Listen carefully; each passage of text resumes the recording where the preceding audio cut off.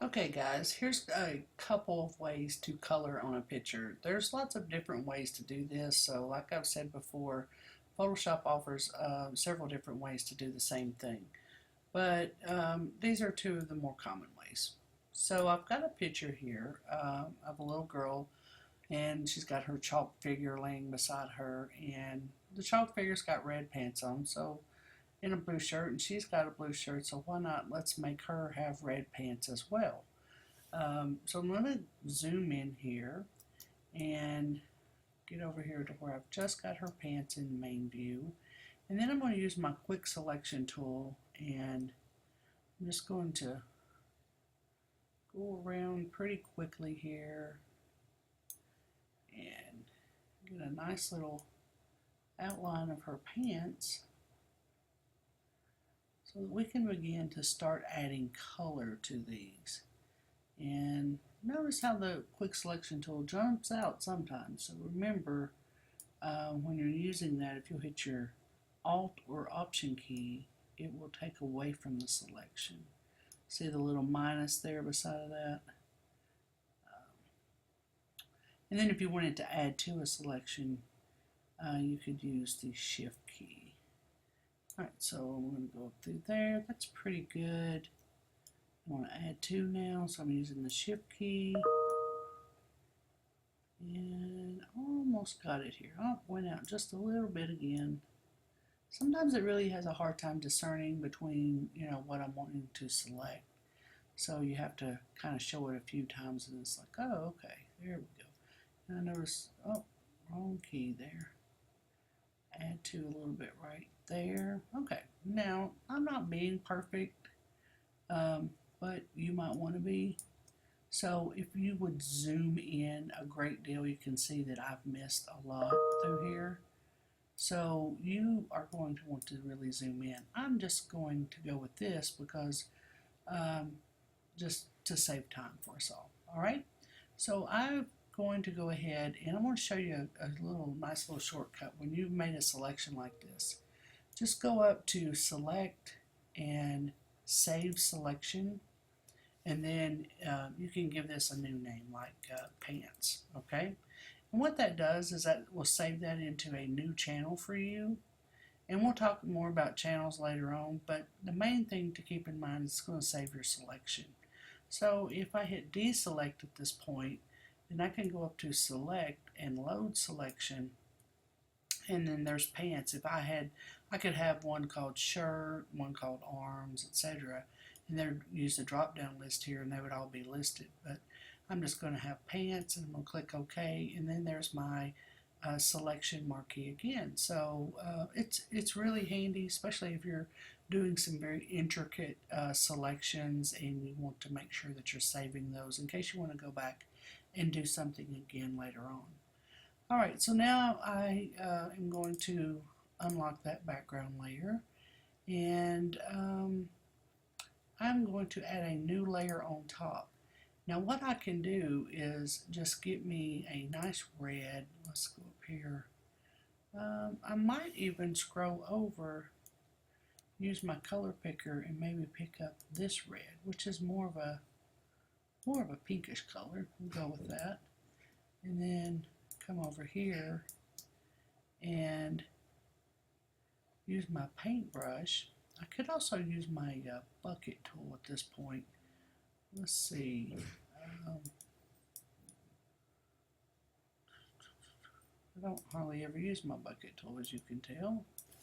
It's under here. Let's see. There it is. Paint bucket tool.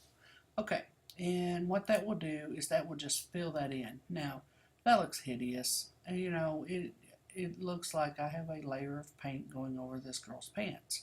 But what we can do, now that we do have that layer, is start using our blending modes. So I can go with dissolve, that's not going to do anything. Darken, didn't really do a whole lot. Multiply, that's where you start seeing the effect at. Notice how her pants have a very pink tinge to them right now. So now what if I tried something darker like that red and I filled them Ah, now we're getting someplace. How about a lighter red? Maybe a cherry red. And you can see how, things are starting to pan out here. We really actually have a nice color of red going on with those blue jeans right now. It's not the same color as what we have over here, but to have a chalk figure of that, that's not too bad. I can still go with like a pinkish color. The only problem is when I put that over that blue, the blue it's turning more of a purple color. So I need something stronger. That's a little bit better.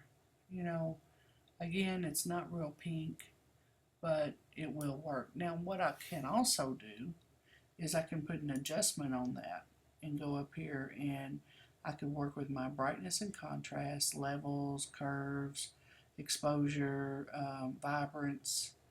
Hue and saturation is one I like to work with a lot. And you can kind of see I missed some blue jean in there, because this is why you got to zoom in and really make sure you're getting your selections good, because I did miss some there. And but here's another way to do it. You can go to colorize, and it will, it takes your selection and it allows you to start coloring in there. So I'm just going to go with this pink right here, and then I can really turn that saturation up. Okay, that's more of a purple almost. And then we can make that lighter. But I can still see the texture there. So that's what's really cool about working with hue and saturation. Now if I wanted to clip that, I could clip that into that color. And we'll get more into clipping later, so I don't really want to confuse you too much with that. But a clip-in is just holding Alt or Option between two layers, and then it clips whatever you do here into this.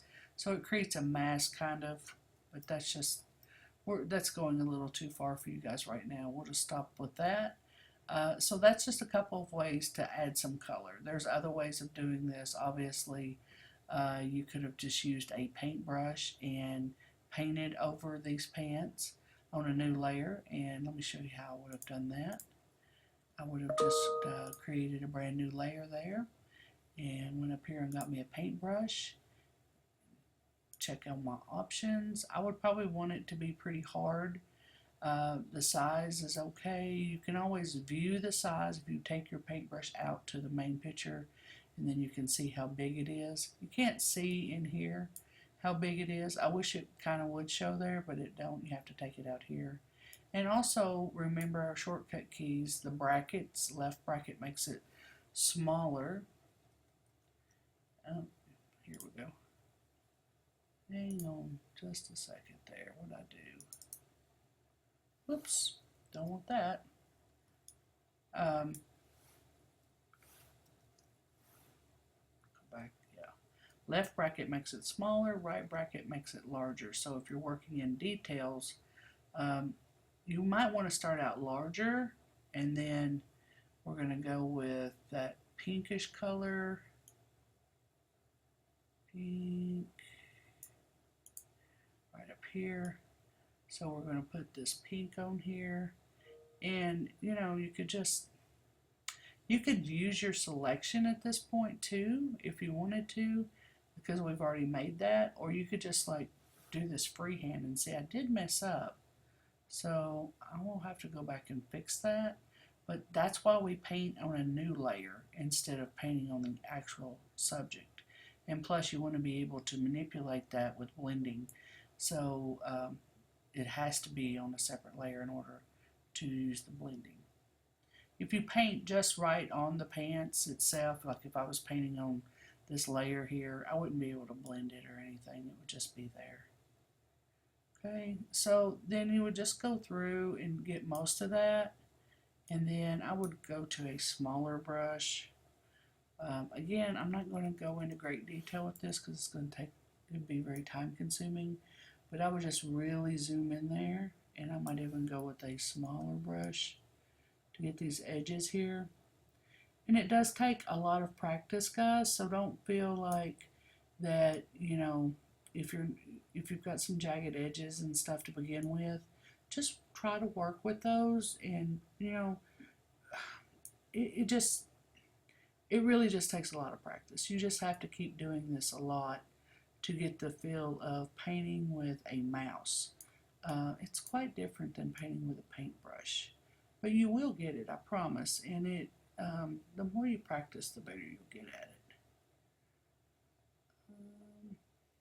And then you'll get to where you can just freehand a lot of this stuff. You know, the selections are great, but there's nothing like a good, nice, smooth freehand.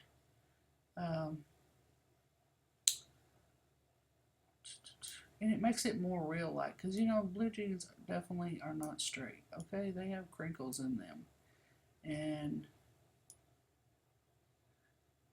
sometimes though freehand will give you too many crinkles. But anyhow, I'm not, like I said, I'm not going to get into great detail with that, but that's what I would do.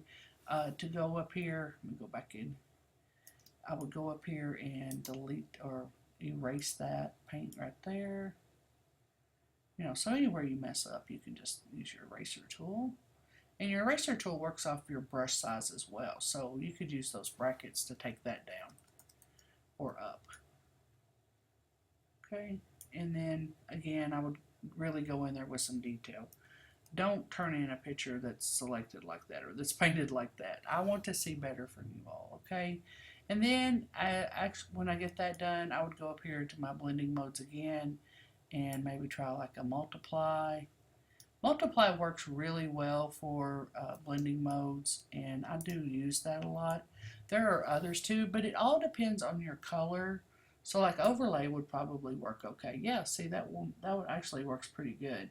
You can see the texture very well through there, and it really makes the pants look like they're just that color. And then don't forget that if you can't get it the exact color that you're wanting through that, you can always use an adjustment layer on that color. So if I wanted that to be a little, well, actually you got to have that selection. Let me undo that. Let's throw that one away. Target that and then put my curves on there. I could clip it to this, clip it to that,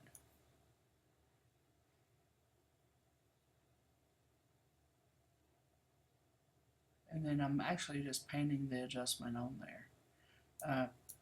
But that's a harder way of doing it. The easier way of doing it is just bringing it up. Notice how it's just working with that selection. It's just working with this layer now because I clipped it in there.